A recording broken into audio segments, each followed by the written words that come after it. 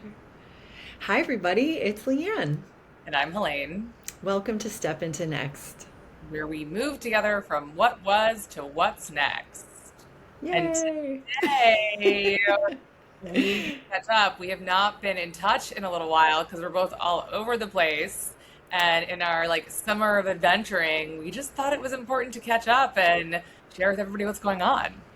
Yeah, and say hello from our various places. I was thinking about us today because both of us are people that travel a lot and kind of move from place to place. I listened to your podcast interview with the Fiscal Femme, which was Oh, amazing. Ashley. And you talked about using your apartment in Austin, for example, as an asset, and you didn't really care who stayed in your apartment if you could rent it out and make some money. And I feel the same way. I just think we're both people that enjoy, to some degree at least, being nomads at heart, if not Yeah, in I think reality. it's a gift. Like if you don't have any strings attached, I think when I tell people that I split my time between New York and Austin, kind of depending on the weather, a lot of people don't have that luxury for a ton of different reasons. So I don't take it for granted. And you're able to pop to Europe for a month and how amazing is that? I think I'd love to talk about how do you do it, right? You're living in a different time zone, but still maintaining consulting and projects on the East Coast time, but also there must I often feel like there's this pull of wanting to make the most of being in Europe and being away, but also the responsibility to your clients and to your work and to your, obviously feeling like you're doing a good job. How are you handling it? Well, I did go in with the mindset that I wanted to live here and it wasn't a vacation, a little bit. Now I will say a month is a pretty tough time to do that because it's like in between vacation and living. If I had been here for 3 months, established my routine. I mean, I did establish my routine, let's be honest. I work out every day. I go to yoga. I found broccoli and Wait, hold on. I gotta pause. So you're in Paris. I'm in Paris. Two questions. What kind of workouts are available in Paris? And also where do you find broccoli? Okay, two excellent questions. You know me and my snacks and in my little healthy foods. They don't have any of my other favorite snacks. So, broccoli, there's lots of great little markets here. I live right by a market street in the ninth arrondissement. It's called Rue de Martyrs, and it's literally just the single fruit and vegetable stand and the single cheese place. So everything comes from a farm. There's no such thing really as organic here because everything's organic. It's not like industrial crap like we have in certain places in the US. Workouts, believe it or not, I lived here 15 years ago for 4 months, I think. There were no gyms, there were Yeah. no studios. There's a lot here now. I found they're everywhere actually. So I joined a cute little gym and a little yoga and Pilates place. So there's everything now. Okay. Yeah, when I was living in Spain, almost 20 years ago, there was gyms weren't a thing. No. It's shocking. I'm excited. I'm going to Spain in 2 weeks and I'm I wonder what it's gonna be like. And I know that they've made strides and there will be places to work out, but I'm also nah, that's kind of not what I do when I'm in Europe, you know? No, and you're walking everywhere. You're sitting outside. It's not It's it, energy to drink wine and eat bread, you know? and We don't talk cheese and enough about that, Leanne. I understand that we started as fitness moguls, I but know. how many calories does it take to do a baguette? That is the content that people want. I know, it's true. But I really actually do think, speaking of food, it is funny how the food here is just so much better. So even if you do eat bread and wine, or bread and, well, wine too, I guess, but bread and cheese every day, it's just like freshly baked bread that morning is so different than crap on the shelves in Whole Foods. Totally. Oh my Well, God. I'm but wait, how about are you going on vacation for 2 weeks or like to take time off? Or are you going to kind of just I think that that's actually a large question that I struggle with sometimes as someone that does travel a lot me is too? what is a vacation versus where am I just working from another location? Yeah. And I don't always know what is what. And I actually think this is one of the values that I am trying to live and embody. And as I think about what I want to do next, I actually think this is something that I need to get really crisp about, which is that I like to be in charge of my own time and be able to maneuver things. Yeah, of course, when things are important, you got to go and step it up and maybe you're taking a couple of calls from the beach or you're going inside when you want to be outside, things like that. But I'm struggling to figure that out, and I think that this like these 2 weeks in Spain will be really interesting. I plan to work, and I think intentionally, if there are like a couple of days here and there that I block off that are going to be like vacation days, but at this point, I'm like actually just like evaluating the projects that I have and Hmm. saying, do I want to take vacation now? Is it important for me to take vacation now? And I think that I'm getting in touch with actually it's not important for me to take vacation right now. And for me, it's like, okay, I'm gonna block off X amount of like days for calls and I'm gonna try and keep it flexible. Hmm. And but I'm still gonna like be in touch on Slack. I'm gonna check email. I'm gonna keep up with things. Whereas like I have some friends that are like, I need a fucking week off. And I'm like, I get it. I'm just not in Yeah. that place right now that I need it. So it's gonna be more of that hybrid Yeah, approach. same with me. I mean, I am one of those people. It's just I spend a lot of time with my family, as most people know, and so I've like kind of gone on vacation, but I really never take vacation, which is a bad thing. I think like I do need to start building in a Yeah. true vacation, but I'm also really excited about my different projects. I feel lit up by everything. Here's you'll appreciate this, given we've talked about the night owl morning person thing before. In LA, I wake up crazy early, and the Yeah. East Coast is like just kind of getting up, so the timing is perfect. I finish my day mid to late afternoon. I can go for my walk, do whatever, and that is the perfect day for me. Here in Paris, the East Coast is not waking up until like my afternoon is starting, and that is really hard for me because I'm just not at all a night person. I don't get good work done at 4, 5, 6, 7 o'clock at night. But I've found that I've had to, set up calls and things. So what I try to do is pick one day a week where I do like 5 calls in that Yeah. time period, and then, because if I feel like even if I'm just out exploring or walking around, if that's hanging over my head at the end of the day, I'm like I can't really enjoy myself. So it's a balance. This is hard. You and I are actually on the same time zone when you live in LA, and I'm Mm-hmm. in like New York or Austin. So Mm-hmm.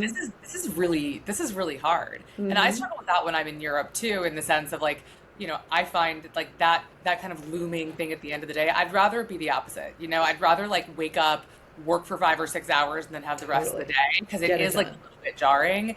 Then Yeah. you kind of have to think like, wow, how lucky am I that I get to do this? But Please. for me, dinners are like important when traveling for some Mm-hmm. reason. So I'm with you. I think I might pick a couple like that, or it might be that like, hey, these are the windows that I'm able to like work, and the rest will have to do async to the Yeah, best of our totally. abilities. But I've been thinking a lot about the idea of home lately because I have a lot of homes. I feel at home in a lot of places, but this trip has actually now I rented this. You can kind of see behind me. I rented this adorable little tiny studio.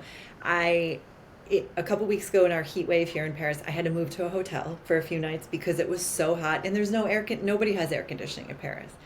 So in retrospect, I think I could have done a little bit more research and found a slightly better apartment for me. Maybe with I don't have outdoor space like I have here, but it's funny because it's really gotten me thinking about like putting down roots and what home means. Am I going to be a person that is more of a traveler where I go live 3 months here, 3 months there? Because I've been sort of doing that. yeah, But I don't know. Like, what do you think about the word yeah. settling down is weird, but home?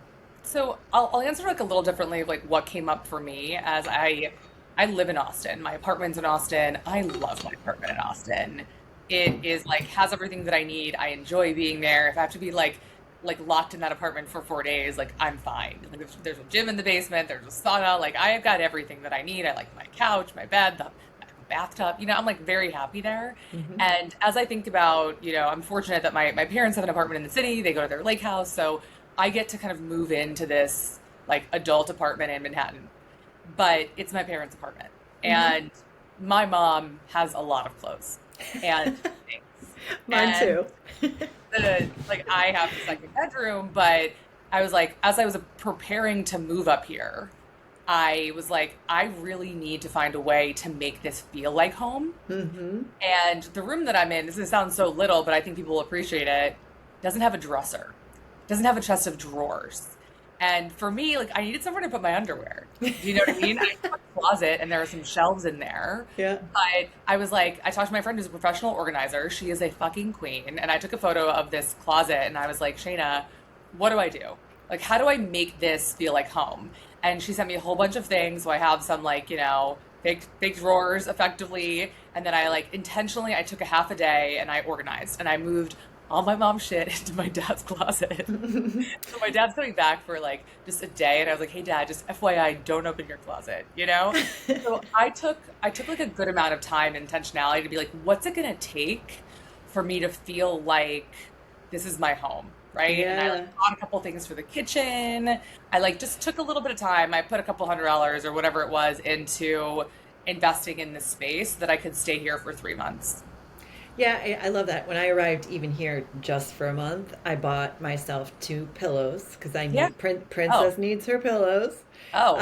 And like a couple other little things like that I just but it's speaking of parents' house. So in I've been spending a lot of time at my mom's in Buffalo's in between because I have a subletter at my place in New York.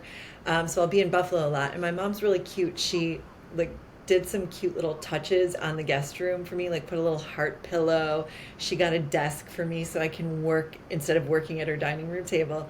But I'm going to take a page from your playbook, and she has so many clothes. I'm going to empty the dresser out in there, which are full of her clothes, and I'm going to make it my own. So thank you for that, and I hope my mom is listening right now so she's aware. Yes. Yeah, she doesn't care. Um, yeah, it's but where do you think so do you think that you'll just continue to go back and forth between Austin and New York for the foreseeable, or do you because you also lived in Miami for a little while, right, during COVID? Yeah. Like what do you see yourself anywhere else or in Europe I or always sound like my grandma, and she's just like, "Are you gonna stay in Austin forever?" Like, she wants to know like all of my future plans, and I don't know, Leanne. I I know. am again. I currently like. I love my apartment in Austin. I like a lot of things that Austin has to offer. My community there is like I have amazing people in New York. Like a lot of my ones are in New York. Mm-hmm. That is a complete fact. I love the energy of New York. Like I'm here and I feel like I'm thriving in a lot of ways. Mm-hmm. And also there's kind of like nothing like the Austin community. I've never actually experienced it ever before. And so I like both. And also I love New York because it's right now it's like 75 degrees and sunny. And it's not going to be like this all year round. And so I'm feeling really grateful that I get to do both. And Yeah. I'm like excited to be in Austin in October because there's Mm-hmm. it's like unbelievable to be in Austin in October. And for right now, like I'm able to go back and forth. I want to spend more time in New York. And so my intentionality last year was less other random trips and more time in New York. And Mm. so I'm gonna talk to my parents and probably be a little bit more intentional about longer chunks of time when they're on their crazy travels. Mm-hmm. And we'll see. But I'm not making any decisions past, the fall. Now, to be clear, I was only asking you that because You don't so know. many fucking people ask me that every day. Because yeah, because I have no idea. But in all honesty, I haven't asked you that in a while. I was kind of curious, and I feel the Yeah. same way. LA and Austin, I think. I mean, they're very different cities, but I think for us, they have the same kind of For sure. vibe. And going summer in New York is my favorite time in New York too. I love it there. It's the best. Going out to the Hamptons and seeing people is really really fun. But yeah, who knows? I mean, I'm toying with the idea of living in Paris, though. I could really see myself here, unlike almost any other city. I love visiting cities in Europe and all over the world, but right now, I'm feeling real at home here. So I mean, that's when you get that two bedroom, I'm also feeling really homey. totally. Here, you know? I'll put a little heart pillow on the bed for You you. don't even need it. I'll bring my own pillow. I love this. Yeah, listen, I am very happy for you. I'm so happy that you're enjoying like living in Europe and that we get to do this. Like how lucky are we that we get I to just know. gallivant around and that I'm going to be in Spain for 2 weeks and I'm like, yeah, maybe I'm going to work, maybe I'm not. Like that is awesome.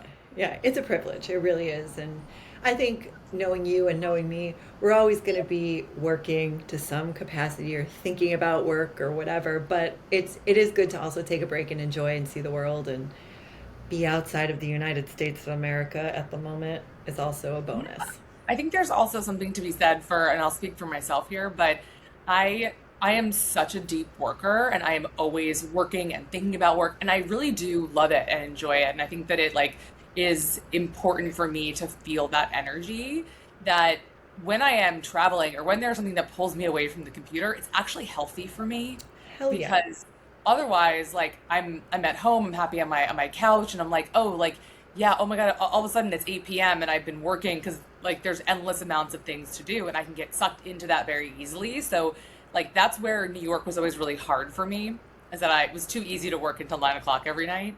Yeah. And so being away and being traveling or being in new exciting places with important people that you want to see, it helps. I don't want to say workaholics, but it helps people that are like really passionate about what they do, ensure that there's like a little bit more of a balance. So for And me, it I'm great. also, as we've talked about many times on this podcast, the liminal space, even just little liminal spaces when you're on a trip or something, it's some of the most fertile ground for creativity too. I get, Totally. walking up, I live near Sacré-Cœur in Montmartre, the 18th arrondissement of Paris. Okay. And in my morning walk, I can walk up to Sacré-Cœur and it's amazing. But I've been getting a lot of ideas too. So Yeah. it's very fertile for creativity when I'm not trying to work.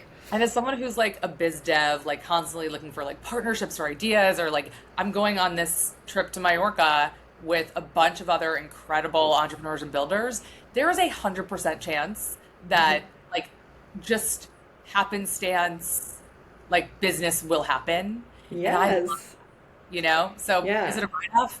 I hope.